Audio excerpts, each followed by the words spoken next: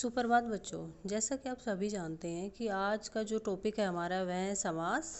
और ऐसा नहीं है कि आप समास पहले नहीं पढ़ चुके, समास आप पहले भी पढ़ चुके हैं।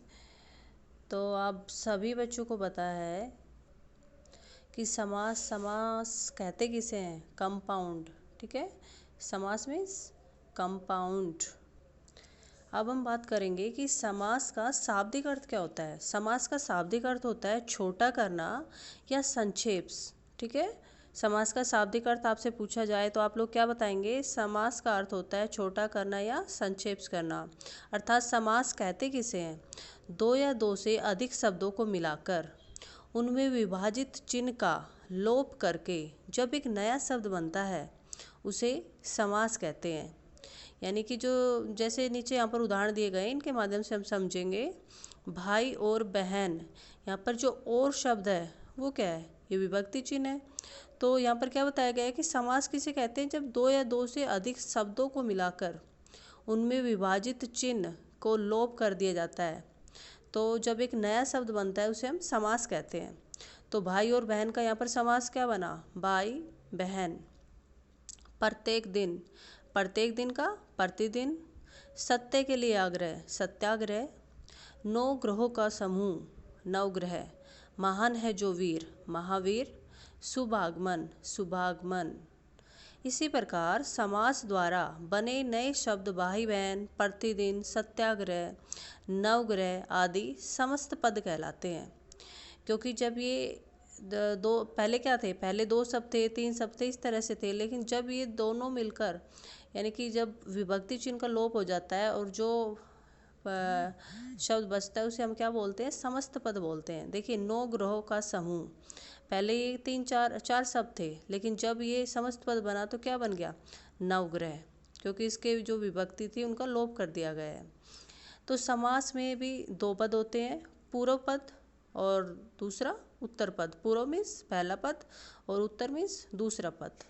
तो नवग्रह जैसे शब्द है तो नव आगे है, यानी पहला पद हो गया नव, और ग्रह दूसरा पद हो गया, ये पीछे है। जो आगे वाला पार्ट होता है वो पहला पद होगा, पूर्व पद, और जो पीछे वाला पार्ट होता है वो होता है उत्तर पद अर्थात दूसरा पद। समस्त पदों को उनके घटक पदों से अलग करने की प्रक्रिया को समास विग्रह कहलाती है। कुछ समास के में अन्य पद का भी प्रयोग किया जाता है। यहाँ पर क्या बताया जा रहा है कि समस्त पदों का जब विग्रह किया जाता है, यानी उन्हें समस्त पद से जब विग्रह करके विग्रह किया जाता है तो समास विग्रह कहलाती है वो प्रक्रिया। आप सभी को पता है कि समास 6 प्रकार के होते हैं, काइंड ऑफ कंपाउंड। सबसे पहले है हमारा समास अव्ययभाव समास, तत्पुरुष समास, कर्मधारय समास, द्विगु समास, द्वंद्व समास और बहुव्रीहि समास। ठीक है, समास कितने प्रकार के होंगे? 6 प्रकार के समास होंगे। दूसरा हमारा अव्ययभाव समास। फर्स्ट समास की बात कर रहे हैं हम यहाँ पर कि समास अव्ययभाव समास किसे कहते हैं? अव्ययभाव समास में क्या होता है कि जो पूर्व पद अर्थात जो पहला पद होता है वो क्या होता है? प्रधान होता है, और उसके योग से बना समस्त पद अव्यव हो और वह अव्ययभाव समास कहलाता है। इसमें क्या बताया गया है अव्ययभाव समास में कि जो पहला पद है वो क्या है? अव्यव होता है, और पूरा पद मिलकर ही वो अवयव की तरह इशारा करता है। देखिए, आप एक और बात याद रखेंगे कि जो अव्ययभाव समास है उसमें जो पहला पद है ना हमारा पूर्व पद, वो क्या रहता है? उपसर्ग रहता है। अब देखिए, प्रतिमास, बाकायदा, यथाशक्ति, ससम्मान। आपने देखा यहाँ पर प्रति, ये पूर्व पद है तो ये क्या हो गया? ये हो गया उपसर्ग। और अवयव भी है। अवयव क्या होते हैं? अवयव होते हैं जिनके लिंग वचन कारक कुछ भी बदले नहीं जा सकते, उन्हें हम अवयव शब्द कहते हैं। ठीक है बच्चों। और दूसरा पॉइंट क्या याद रखेंगे कि अव्ययभाव समास का पहला पद अवयव होता है और दूसरा पहला पद उपसर्ग होता है। तो इससे आप समझ जाओगे। ठीक है।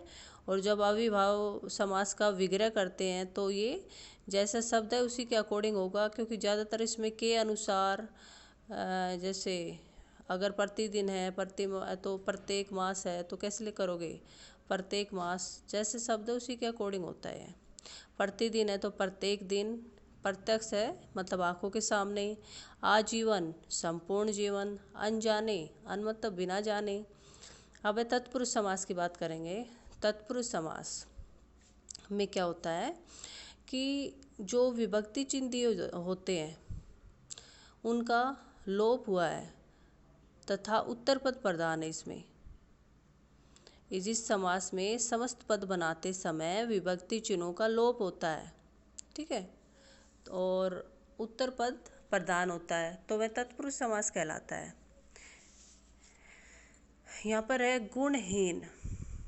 समस्त पद क्या है यहाँ पर? गुणहीन। और पूर्व पद क्या हुआ? गुण। और उत्तर पद हीन। तो समास विग्रह करेंगे तो क्या बना?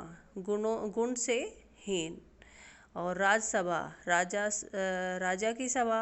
जल प्रवाह जल का प्रवाह। सूर रचित सूर द्वारा रचित। शाप मुक्त शाप से मुक्त। तो यहाँ पर क्या बताया गया है तत्पुरुष समास में कि इसमें तत्पुरुष समास का जब हम विग्रह करते हैं तो सारे जो कारक चिन्ह हैं हमारे तो उनकी विभक्तियों का प्रयोग किया जाता है, जैसे का, की, से, ने को, इस तरह से। और इसमें जो उत्तर पद प्रधान होता है, ठीक है, यह बात आपको याद रखनी है।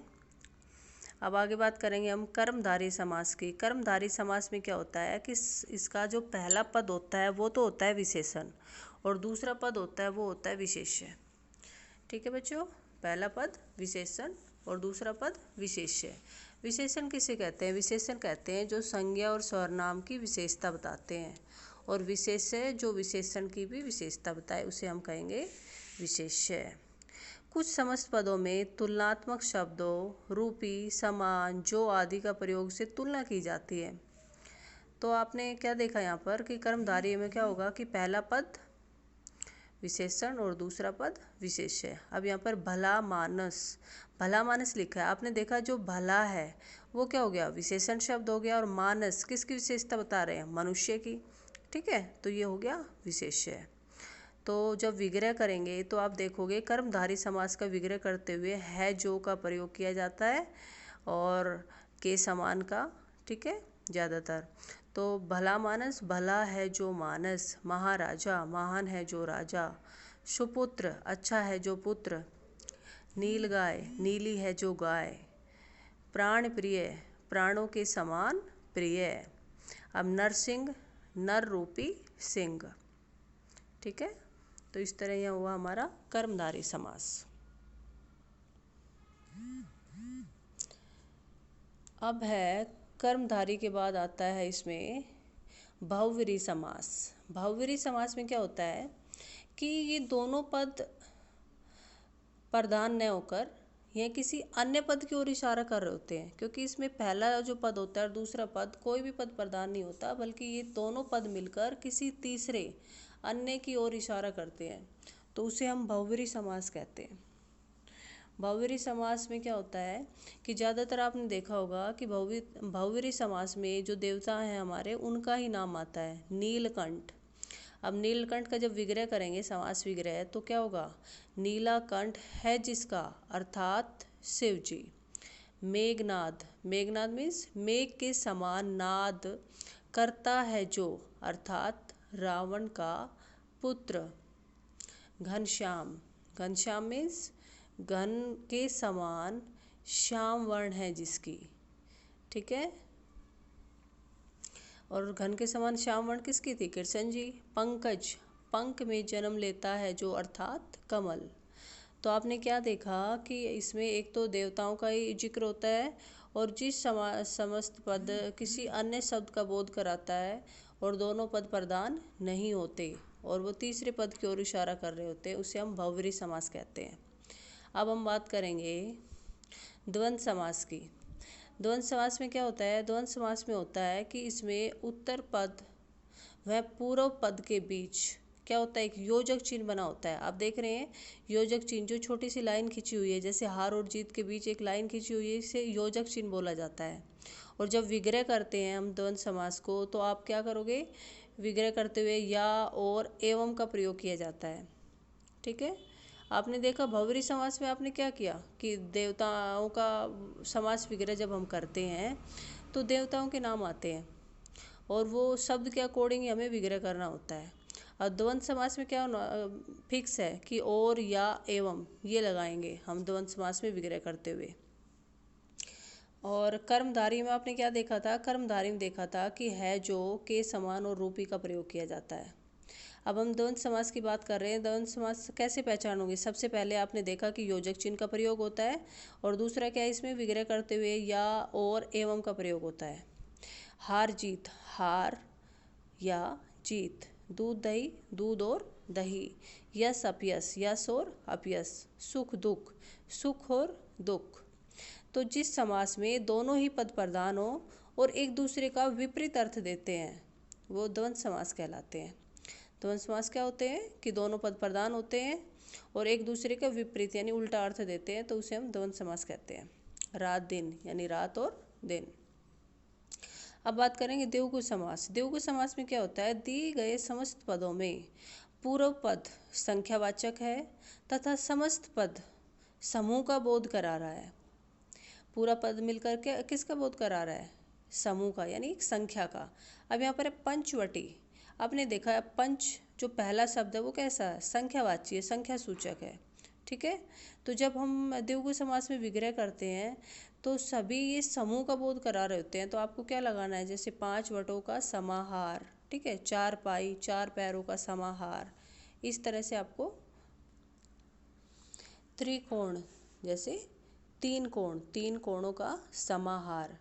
नवरत्न, नवरत्न में क्या होगा, 9 रत्नों का समूह। द्विघातीय यानी 2 घातों का समूह। और जिस समास में समस्त पद समूह का बोध कराए, पूर्व पद संख्यावाची विशेषण हो, वह द्विगु समास कहलाता है। ठीक है बच्चों, अब समस्त पद और ये विग्रह दिए हुए हैं तो ये भी एक बार देख लेते हैं कि यहाँ पर आपने देखा क्या होता है कई बार कि बहुव्रीहि समास और द्विगु समास में आपको ये लगता है कि इनमें डिफरेंस क्या है, अंतर बताएंगे बहुव्रीहि समास में और द्विगु समास में। आपने देखिए चतुर्भुज, आपने अगर ये विग्रह के ऊपर है, आपने इसका विग्रह किया 4 भुजाओं का समूह, तो ये किस में चला जाएगा, द्विगु समास में। अगर आप इसका विग्रह करते हैं 4 भुजा है जिसकी, अर्थात ब्रह्मा जी, तो यह बहुव्रीहि समास में चला जाता है। ठीक है, तो यह अंतर था द्विगु और बहुव्रीहि समास में। ठीक है बच्चों, अब हम एक छोटा सा झटपट रिवीजन ले लेते हैं। समास का शाब्दिक अर्थ क्या होता है, छोटा करना, संक्षेप करना। समास में 2 पद होते हैं, कौन कौन से, पूर्व पद और उत्तर पद। समास 2 पदों के मेल से एक नया शब्द बनाता है। मेल से बना नया पद समस्त पद कहलाता है। समस्त पदों को अलग अलग लिखना समास विग्रह कहलाता है। और समास 6 प्रकार के होते हैं, अव्ययभाव समास, तत्पुरुष समास, कर्मधारय समास, बहुव्रीहि समास, द्वंद्व समास और द्विगु समास। धन्यवाद बच्चों।